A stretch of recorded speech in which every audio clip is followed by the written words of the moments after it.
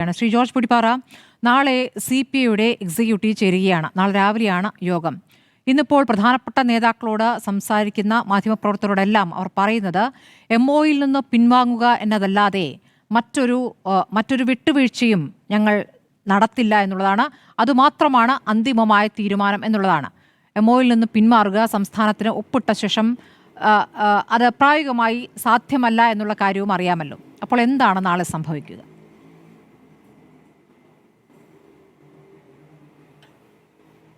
സത്യത്തിൽ ഈ കഴിഞ്ഞ 9.5 വർഷക്കാലത്തിനിടയിൽ അല്ലെങ്കിൽ 10 വർഷത്തിനിടയിൽ ഒരിക്കലും ഉണ്ടാകാത്ത രീതിയിലുള്ള വളരെ സങ്കീർണമായ ഒരു രാഷ്ട്രീയ പ്രതിസന്ധിയിലാണ് ഇടതുമുന്നണി എത്തിയിരിക്കുന്നത്, അല്ലെങ്കിൽ പിണറായി സർക്കാർ എത്തിച്ചേർന്നിരിക്കുന്നത്.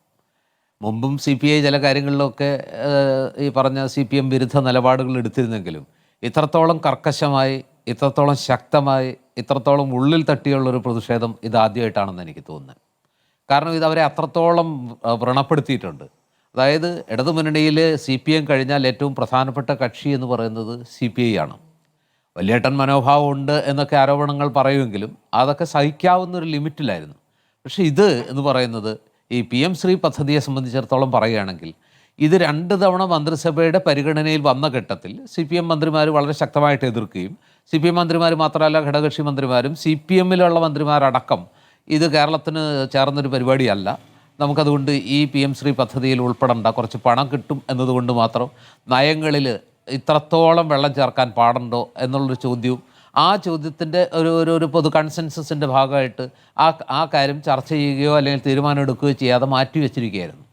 ഇതിപ്പോൾ വീണ്ടും സംഭവിച്ചത്, അതായത് കഴിഞ്ഞ ദിവസം മുഖ്യമന്ത്രി ശ്രീ പിണറായി വിജയൻ ഡൽഹിക്ക് പോയപ്പോൾ അന്ന് പ്രധാനമന്ത്രിയെ കണ്ടിരുന്നു, ആഭ്യന്തരമന്ത്രി അമിത്ഷായെ കണ്ടിരുന്നു. കേരളം ഗുരുതരമായ സാമ്പത്തിക പ്രതിസന്ധി അനുഭവിക്കുന്നു, അതുകൊണ്ട് തന്നെ കേന്ദ്ര സർക്കാരിൻ്റെ അർഹമായ സഹായം അനുവദിക്കണം, അത് നിർബന്ധമായിട്ടും കേരളത്തിന് അർഹമായ സഹായം നിഷേധിക്കരുത് എന്ന രീതിയിൽ ആ ഒരു അഭ്യർത്ഥനയുമായിട്ടാണ് അദ്ദേഹം പ്രധാനമായിട്ട് പോയത്. വയനാട് പാക്കേജിൻ്റെ കാര്യം, അങ്ങനെയുള്ള പല വിഷയങ്ങളും. അതിനിടയിലാണ് ആ ഡൽഹി സന്ദർശനത്തിന് ശേഷമാണ് ഓൾ ഓഫ് എ സഡനായിട്ട് ഈ വാർത്ത വന്നത്. വിദ്യാഭ്യാസ വകുപ്പ് ഈ പറഞ്ഞ PM ശ്രീ പദ്ധതിയിൽ ഒപ്പുവെക്കുന്നു. അത് വാസുകി എന്ന് പറയുന്ന വിദ്യാഭ്യാസ സെക്രട്ടറിയാണ് ഒപ്പുവെച്ചെങ്കിലും അതിൻ്റെ ഉത്തരവാദിത്വം സത്യം പറഞ്ഞാൽ അത് ഈ പറഞ്ഞ CPM-ലെ മന്ത്രിമാരോ CPM-ൻ്റെ ദേശീയ സെക്രട്ടറി ശ്രീ MA ബേബി പോലും അറിഞ്ഞിട്ടുണ്ടോ എന്നുള്ള കാര്യം സംശയമാണ്. കേരളത്തിൽ CPM-ൻ്റെ സംസ്ഥാന സെക്രട്ടേറിയറ്റോ അല്ലെങ്കിൽ മറ്റാരെങ്കിലും അറിഞ്ഞിട്ടില്ല. മന്ത്രിമാരെയും CPM മന്ത്രിമാരെ അടക്കം ഇരുട്ടിൽ നിർത്തി, മന്ത്രിസഭാ യോഗത്തെ ഇരുട്ടിൽ നിർത്തി, അതുപോലെ തന്നെ CPI-യെയും അതുപോലെ മറ്റ് ഘടകകക്ഷികളെ എല്ലാം ഇരുട്ടിൽ നിർത്തിക്കൊണ്ട് മുഖ്യമന്ത്രി ശ്രീ പിണറായി വിജയൻ്റെ തീരുമാനമനുസരിച്ച് വിദ്യാഭ്യാസ മന്ത്രിയുടെ നിർദ്ദേശപ്രകാരമാണ് ഈ PM ശ്രീ കരാറിൽ ഒപ്പുവെച്ചിരിക്കുന്നത്. അപ്പോൾ ഇത്തരം ഒരു ഘട്ടത്തിൽ ആത്മാഭിമാനമുള്ള ഒരു ഘടകകക്ഷി എന്നുള്ള നിലയ്ക്ക്, ഈ പറഞ്ഞ ഇടതുമുന്നണിയിലെ ഏറ്റവും രണ്ടാമത്തെ പ്രധാന കക്ഷി എന്നുള്ള നിലയ്ക്ക് CPI എന്ന് പറയുന്ന രാഷ്ട്രീയ പ്രസ്ഥാനത്തിന്, രാഷ്ട്രീയ പാർട്ടിക്ക് സഹിക്കാവുന്നതിലും പൊറുക്കാവുന്നതിലും അപ്പുറത്തായിരുന്നു ഈ വിഷയം. അതായത് ഇത്തരം സുപ്രധാനമായ നയപരമായൊരു തീരുമാനം എടുക്കുമ്പോൾ നാളിതുവരെ ഇടതുമുന്നണിക്ക് ഒരിക്കലും പൊരുത്തപ്പെടാൻ കഴിയില്ല, ഇടതുമുന്നണിക്ക് അംഗീകരിക്കാൻ കഴിയില്ല എന്ന് പറയുന്ന സംഘീവൽക്കരണം, കാവ്യവൽക്കരണം, വിദ്യാഭ്യാസ മേഖലയെ പൂർണ്ണമായും കൈയടക്കാനുള്ള BJP-യുടെയും RSS-ൻ്റെയും അജണ്ടയുടെ ഭാഗമായി കേന്ദ്ര സർക്കാർ നടപ്പാക്കുന്ന ഈ പദ്ധതി കേരളം പോലുള്ള പുരോഗമന രാഷ്ട്രീയ പ്രസ്ഥാനങ്ങൾ ഒക്കെ ശക്തിയുള്ള, അല്ലെങ്കിൽ ഒരു പുരോഗമന രാഷ്ട്രീയം മുന്നോട്ട് വെക്കുന്ന കേരളം പോലുള്ളൊരു സംസ്ഥാനത്ത് ഇത്തരം സംഘീവൽക്കരണത്തെയോ വിദ്യാഭ്യാസ രംഗത്തെ കാവ്യവൽക്കരണത്തെയോ അല്ലെങ്കിൽ BJP-യുടെയും RSS-ൻ്റെയും ഈ അജണ്ടയെയോ അംഗീകരിക്കാൻ കഴിയില്ല എന്ന ഒരു നിലപാടാണ് നാളിതുവരെ എടുത്തിരുന്നത്.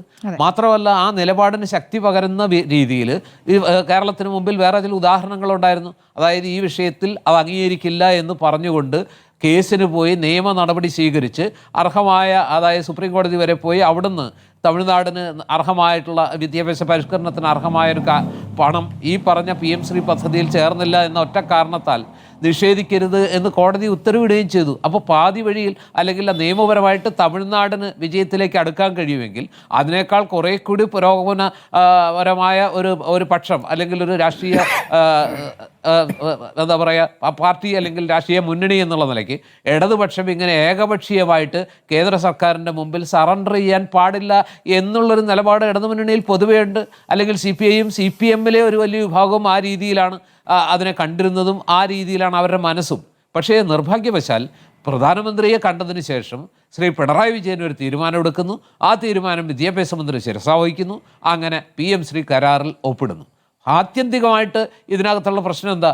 ഈ പറഞ്ഞ പുതിയ ഈ വിദ്യാഭ്യാസ നയം എന്ന് പറയുന്നത് അടിസ്ഥാനപരമായിട്ട് കേന്ദ്രം ആവിഷ്കരിക്കുന്ന ആ ഒരു പ്രത്യേകതരം അല്ലെങ്കിൽ ദേശീയത, സങ്കുചിത ദേശീയതയിൽ ഊന്നിയ ഒരു വിദ്യാഭ്യാസ നയത്തിൻ്റെ ഒരു ദേശവ്യാപകമായ ആ ഒരു ആവിഷ്കാരത്തിൻ്റെ ഏറ്റവും ശക്തമായ രൂപമാണ് ഈ പറയുന്ന സാധനമൊക്കെ.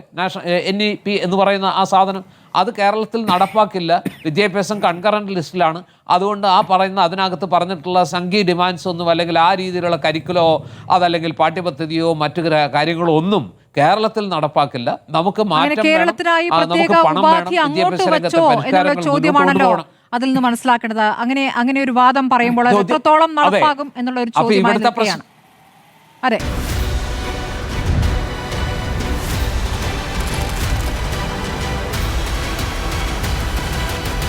ഡിബേറ്റ് വിത്ത് സ്മൃതി പരുത്തിക്കാട്.